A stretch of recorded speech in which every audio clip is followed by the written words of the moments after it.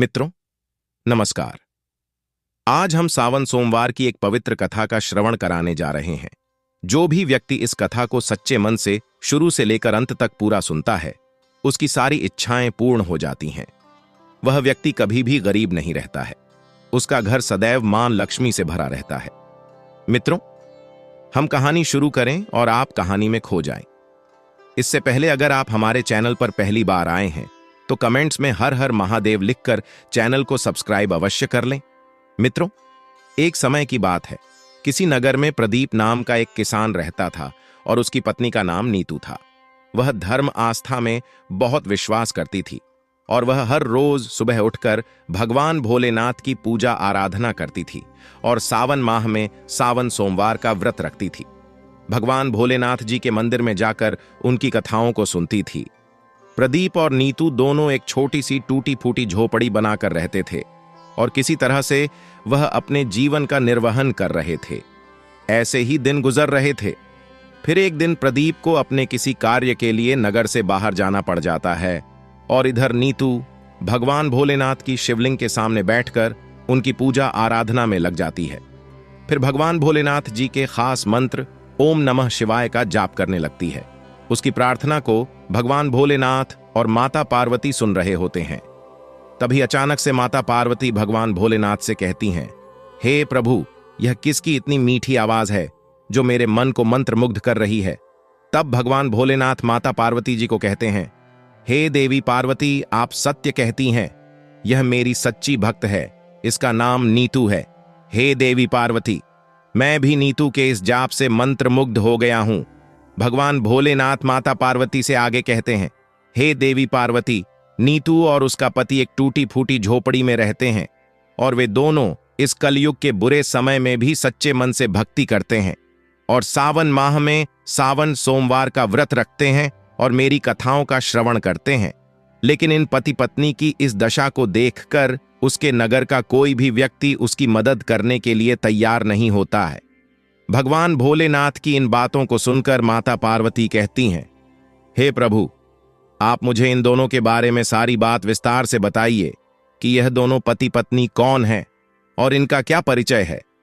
तब भगवान भोलेनाथ माता पार्वती से कहते हैं, हे देवी, इस समय नीतू अपनी झोपड़ी में अकेली रह रही है और अपने पति के वापस लौटने के लिए बहुत व्याकुल हो रही है, क्योंकि प्रदीप पिछले कई महीनों से घर नहीं लौटा है।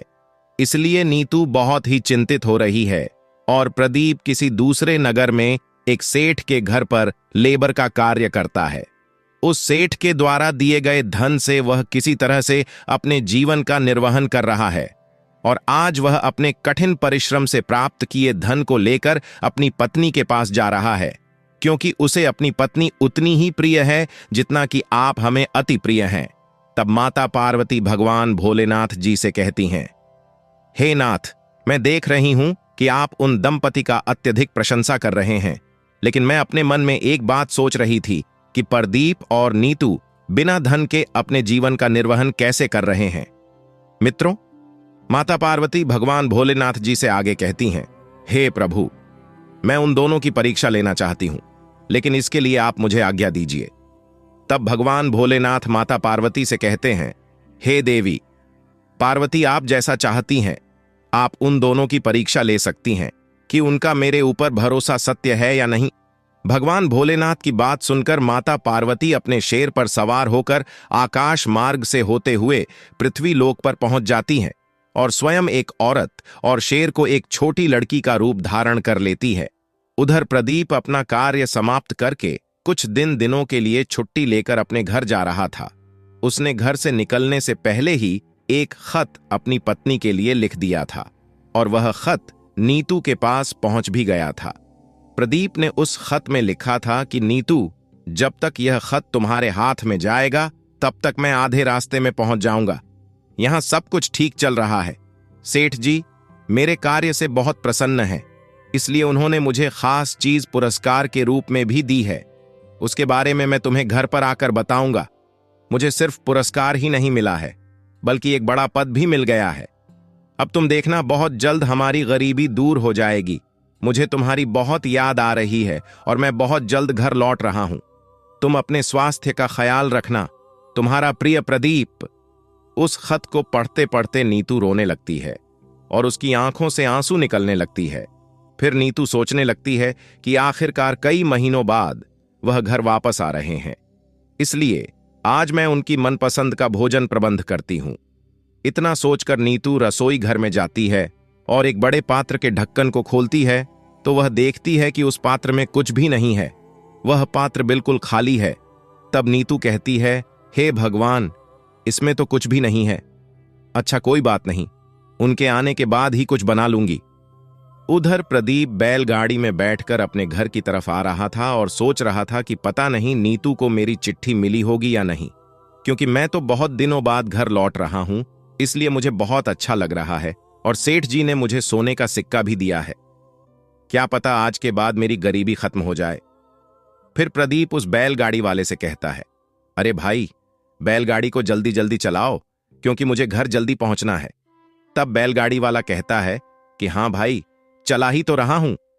फिर जैसे ही प्रदीप की बैलगाड़ी उसके नगर का करीब पहुंचने वाली होती है, तभी अचानक से अपना भेष बदले हुई माता पार्वती और उनकी सवारी शेर उसे मिल जाते हैं। उसके बाद औरत का भेष धारण किए हुए माता पार्वती जी प्रदीप और उस बैलगाड़ी वाले को अपने सामने आता हुआ देख उस शेर रूपी लड़की को एक डंडे से मारने लगती है और उस लड़की को मारते हुए कहती है, मर क्यों नहीं जाती दुष्ट कहीं, कि तूने तो मेरा जीना दुश्वार कर रखा है।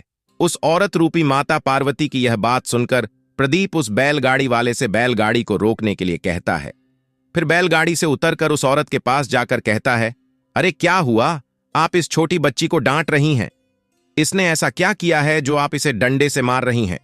प्रदीप की बात सुनकर वह औरत कहती है, देखो ना भाई, इसके पिताजी सुबह उठकर ही काम करने के लिए गए हुए हैं। वे अगर पैसे लेकर घर आएंगे तभी तो आज के लिए भोजन बनेगा, लेकिन यह तो मेरी एक भी बात सुनती ही नहीं और मुझसे भोजन मांग रही है।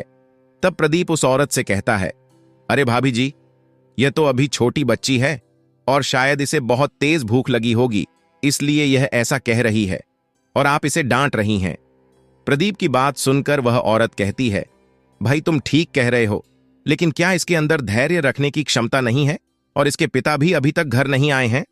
अब तो घर का मालिक भी किराया ना देने के कारण घर से निकल जाने की धमकी देने लगा है, क्योंकि मेरे पति ने अभी तक किराया नहीं चुकाया है। इसको लेकर मैं बहुत चिंतित हूं, इसलिए हे पुत्र, तुम ही मुझे बताओ कि मैं क्या करूं। अब तो मुझे लगता है कि मुझे भिक्षा ही मांगनी पड़ेगी। उस औरत की बात सुनकर प्रदीप अपने मन में सोचने लगता है कि यह औरत तो मुझसे भी ज्यादा तकलीफ में है, इसलिए मुझे इनकी सहायता जरूर करनी चाहिए। लेकिन मेरे पास तो सेठ जी के द्वारा दिए गए उस सोने के सिक्के के अलावा और कुछ भी नहीं है। इनके लिए मैं क्या करूं? प्रदीप बड़ी देर तक सोच में पड़ जाता है। तब उसके मन में एक विचार आता है कि मेरे पास तो सोने का सिक्का है, मैं उस सोने के सिक्के को इन्हें दे देता हूं। फिर वह बहुत सोचकर उस औरत से कहता है, भाभी जी, आपका क्या नाम है और आपके पति का क्या नाम है? वे कहां काम करते हैं? तब वह औरत कहती हैं कि मेरा नाम सुचित्रा है और मेरे पति का नाम प्रमोद है और वे काम करने बहुत दूर गए हुए हैं। लेकिन तुम मुझसे यह सब क्यों पूछ रहे हो? तब प्रदीप उस औरत से कहता है, अरे भाभी जी, क्या आप सच में प्रमोद भैया की पत्नी हैं? क्योंकि मैं आपको ही ढूंढ रहा था। यह लीजिए आपकी अमानत। यह सोने का सिक्का प्रमोद भैया ने आपके लिए भेजा है, क्योंकि वे मेरे साथ सेठ जी के यहां कार्य करते हैं, इसलिए मैं इस नगर में आपको यह सिक्का देने के लिए ही आ रहा था। अच्छा हुआ कि जो आप मुझे यहीं पर ही मिल गई। उस औरत से इतना कहकर प्रदीप वह सोने का सिक्का उस औरत को दे देता है। तब वह औरत प्रदीप से कहती है, हे भाई, तुमने तो आज मुझे बचा लिया और मेरे पति का स्वास्थ्य वहां पर ठीक तो है ना? उस औरत की बात सुनकर प्रदीप कहता है, हाँ भाभी जी, वे बहुत अच्छे हैं और हंसी खुशी से वहां पर कार्य कर रहे हैं। प्रदीप उस औरत से आगे कहता है, तो भाभी जी, अब मैं चलूं? तब वह औरत कहती है, हे भाई, मेरा आशीर्वाद तुम्हारे साथ है, तुम्हारी सभी मनोकामनाएं जरूर पूर्ण होंगी। फिर वह औरत अपनी पुत्री को लेकर चली जाती है और प्रदीप भी बैलगाड़ी पर बैठ जाता है और सोचने लगता है कि मैंने तो अपना सारा धन उस औरत को दे दिया है और अब मैं नीतू से धन के बारे में क्या कहूंगा? उस सोने के सिक्के से मेरे घर की हालत थोड़ी ठीक हो जाती। हे भगवान, यह आपकी कैसी लीला है, जो होगा देखा जाएगा। यही सब सोचकर प्रदीप अपने घर की तरफ जाने लगता है। मित्रों, उधर माता पार्वती अपने सतरूप में आकर अपनी शेर के ऊपर बैठकर कैलाश पर्वत पर पहुंच जाती है। फिर माता पार्वती भगवान भोलेनाथ के पास अपने आसन पर बैठ जाती हैं। तब भगवान भोलेनाथ माता पार्वती से पूछते हुए कहते हैं कि हे देवी पार्वती, कहिए, मैंने जो कुछ कहा था क्या वह सत्य साबित हुआ कि नहीं? फिर माता पार्वती भगवान भोलेनाथ जी से कहती हैं, हे प्रभु, आपने सत्य ही कहा था। प्रदीप तो बड़ा ही निर्भय और अत्यंत दयालु किस्म का है। आप ही देखिए, उसे काम के बदले में जो सोने का सिक्का मिला हुआ था उसने वह बिना संकोच किए हुए ही मुझे दे दिया, और उसने अपने बारे में एक बार भी विचार नहीं किया कि वह कितना गरीब है। इस सोने के सिक्के से उसकी गरीबी दूर हो सकती थी, फिर भी उसने अपने बारे में ज्यादा कुछ नहीं सोचा कि वह क्या कर रहा है, उसे ऐसा करना चाहिए या नहीं। तब भगवान भोलेनाथ माता पार्वती जी से कहते हैं, हे देवी, तुम सत्य कहती हो कि अभी भी प्रदीप के मन में दुख अवश्य है, फिर भी वह जरूरतमंद लोगों की सहायता करने हेतु सदैव तत्पर रहता है। फिर माता पार्वती भगवान भोलेनाथ जी आगे कहती हैं, हे प्रभु, आप ऐसा क्यों कह रहे हैं कि अभी भी उसके मन में दुख है, लेकिन वह तो परीक्षा में पास हुआ है, फिर भी ऐसा क्यों हो रहा है? माता पार्वती की बात सुनकर भगवान भोलेनाथ कहते हैं, हे देवी, तुम जानती हो उन दोनों का मन बहुत ही कोमल है, अभी भी उसके मन में दुख है। तब माता पार्वती कहती हैं, लेकिन वह तो परीक्षा में सफल हुआ है, फिर भी ऐसा क्यों हो रहा है? तब भगवान भोलेनाथ कहते हैं, हे देवी, मनुष्य जितनी ही कठिनाइयों से जूझता है उतना ही उसके व्यक्तित्व में निखार आता है और वह अपने तन मन से पवित्र होता जाता है। जैसे किसी पत्थर की अपने ढेर में पड़े होने पर कोई पहचान तब तक नहीं होती है जब तक कि कोई मूर्तिकार उसे मूर्ति का रूप ना दे दे, ठीक उसी प्रकार मनुष्य का भी पहचान तब तक नहीं होता है जब तक वह कोई बड़ा कार्य न कर दे। भगवान भोलेनाथ आगे कहते हैं, हे देवी पार्वती, इसलिए इस बार हम स्वयं उन दोनों की परीक्षा लेंगे, और यदि वे मेरे द्वारा ली गई परीक्षा में सफल हो जाते हैं तो मैं उनकी सभी मनोकामनाएं अवश्य पूर्ण करूंगा। उधर प्रदीप को अपने घर पहुंचने में थोड़ी देर हो जाती है तो उसकी पत्नी अपने घर में बने हुए भगवान भोलेनाथ के प्रतिमा को हाथ जोड़कर प्रार्थना करने लगती है और मन में कहने लगती है कि हे भगवान भोलेनाथ, सिर्फ मेरा पति अच्छी तरह से घर लौट आए, मैं इतना ही चाहती हूं, उनका ख्याल रखना। तभी अचानक से प्रदीप अपने घर आ जाता है और घर के दरवाजे को खटखटाते हुए कहता है कि नीतू, दरवाजा खोलो, मैं आ गया हूं। तब नीतू भगवान भोलेनाथ जी को प्रणाम करते हुए कहती हैं, हे भगवान, आप सचमुच में हमारे सहायक हैं, क्योंकि मैं अब भी आपसे प्रार्थना कर ही रही थी और आपने उन्हें सही सलामत घर भी भेज दिया। नीतू इतना कहकर अपने घर का दरवाजा खोलती है और अपने पति को देखकर कहती है, आप आ गए, अंदर आइए। फिर प्रदीप घर के अंदर आता है और नीतू से कहता है, तुम्हें क्या हुआ? तुम तो बहुत दुबली पतली हो गई हो। नीतू अपने पति से कहती है, वह सब छोड़िए, आपने खत में लिखा था ना कि आपकी तरक्की हुई है और आपके मालिक ने आपको पुरस्कार भी दिया है। अब तो मुझे भरपेट भोजन मिलेगा जिससे मैं फिर से पहले की तरह तंदुरुस्त और मोटी हो जाऊंगी। यह कहकर हंसने लगती है। फिर अपने पति से कहती है, क्या हुआ, आप उदास क्यों हैं? तब प्रदीप अपनी पत्नी से कहता है, हे भाग्यवान, अब मैं क्या बताऊं, मैं वह पुरस्कार लेकर घर आ ही रहा था, लेकिन तभी अचानक से मेरी दृष्टि नगर के एक औरत और उसकी पुत्री पर पड़ी। उनकी हालत हमसे भी ज्यादा बद से बदत्तर थी, इसलिए मैंने वह पुरस्कार और अपना सारा धन उसे दे दिया। अपने पति की इन बातों को सुनकर नीतू कहती है, हे नाथ, इसमें उदास होने की क्या बात है? तब प्रदीप ने कहा, मैं इतना गरीब हूं कि मैं तुम्हें 2 वक्त का भोजन भी नहीं खिला सकता और अपनी भलाई न देखकर दूसरों की मदद करता रहता हूं। फिर नीतू ने कहा, हे नाथ, मैं आपके साथ बहुत अच्छे से रह रही हूं और वैसे भी अच्छे खाने पीने से ज्यादा मूल्यवान आपका मन है और आप बहुत दयालु हैं। सच में मुझे और कुछ नहीं चाहिए। तब प्रदीप अपनी पत्नी से कहता है, हे प्रिय, मैं तो घर पर खाली हाथ ही चला आया हूं, मेरे पास थोड़ा सा भी धन नहीं था। प्रदीप की बात सुनकर रोशनी कहती है, आप जो कुछ भी दान करके आए हैं उसके लिए आप दुखी मत होइए। सच में मुझे आपके ऊपर गर्व है और आज आपने बहुत अच्छा काम किया है। तब प्रदीप कहता है, हे प्रिय, लेकिन अब मैं क्या करूं? अपने घर का खर्च कैसे चलेगा। फिर उसकी पत्नी कहती है, आप एक काम कीजिए, हमारे घर के सामने जो जमीन खाली पड़ी है आप उसमें खेती कर लीजिए। अपनी पत्नी की बात सुनकर प्रदीप कहता है, तुम ठीक कह रही हो, अब मैं खेती ही करूंगा। अगर हमारा मन साफ है तो भगवान भी हमारी जरूर सुनेंगे। तब नीतू अपने पति से कहती है, चलो आज के भोजन का प्रबंध हो गया है, मैं अपनी पड़ोसन के घर से आज का भोजन लेकर आ गई हूं। फिर दूसरे दिन प्रदीप अपने घर के सामने वाली जमीन को कुदाल लेकर खोदने लगता है और उस जमीन को खेती करने योग्य बनाकर उसमें धान की रोपाई कर देता है। फिर जब धान के पौधे बड़े होने लगते हैं तो यह देखकर प्रदीप और उसकी पत्नी बहुत प्रसन्न होते हैं और नीतू अपने पति से कहती है, देखिए कितनी अच्छी फसल हुई है, अब सब कुछ ठीक हो जाएगा। लेकिन तभी अचानक से मूसलाधार बारिश होने लगती है और उसके साथ जोरदार तूफान भी आ जाता है। फिर देखते ही देखते उसके सभी खेत डूब जाते हैं और उसका घर भी डूब जाता है। उसकी स्थिति बहुत खराब हो जाती है। उसके दूसरे दिन जब वे दोनों अपने खेतों की तरफ जाते हैं तो वे दोनों अपनी फसल को देखकर रोने लगते हैं। तब नीतू अपने पति को समझाने लगती है कि बस कीजिए, लगता है भगवान हमारी परीक्षा ले रहे हैं, आप देखना एक दिन सब कुछ ठीक हो जाएगा। उधर माता पार्वती भगवान भोलेनाथ से कहती हैं, हे प्रभु, उन दोनों पर दया कीजिए, उनकी और परीक्षा मत लीजिए, वे दोनों बहुत गरीब हैं, मैं उन्हें इस तरह कष्ट में नहीं देख सकती। तब भगवान भोलेनाथ माता पार्वती जी से कहते हैं, हे देवी, ठीक है, आपके कहने पर हम उन दोनों की परीक्षा अब नहीं लूंगा। इधर प्रदीप और उसकी पत्नी भगवान भोलेनाथ के मंदिर में जाकर उनकी पूजा आराधना करने लगते हैं और सौभाग्य से उस दिन से ही सावन का महीना शुरू हो गया था। उस दिन सावन सोमवार का व्रत था।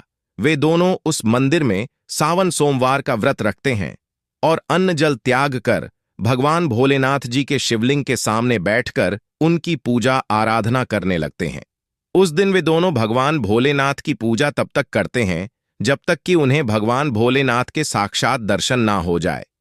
दोनों पति पत्नी ने यह ठान रखा था कि आज हम भगवान भोलेनाथ से जानकर ही रहेंगे कि हमने ऐसा कौन सा पाप किया है जिसके कारण मुझे और मेरी पत्नी को इतनी कठिनाइयों का सामना करना पड़ रहा है। फिर वे दोनों ऐसे ही कई घंटों तक भगवान भोलेनाथ की शिवलिंग के सामने ध्यान लगाकर बैठे रहे और उन्हें भगवान भोलेनाथ की पूजा करते हुए सुबह से शाम हो जाती है। तभी अचानक से उस मंदिर में रखी हुई शिवलिंग से साक्षात भगवान भोलेनाथ जी प्रकट होते हैं और उन दोनों से कहते हैं, उठो मेरे प्रिय भक्तों, मैं तुम्हारी भक्ति से अत्यंत प्रसन्न हूं, मांगो वत्स, तुम्हें क्या चाहिए। तब प्रदीप भगवान भोलेनाथ को देखकर खुश हो जाता है और प्रणाम करते हुए कहता है, हे प्रभु, आपके साक्षात दर्शन पाकर मैं धन्य हो गया। आपके अलावा मुझे कुछ भी नहीं चाहिए, लेकिन आप मेरे एक प्रश्न का उत्तर देने का कष्ट कीजिए।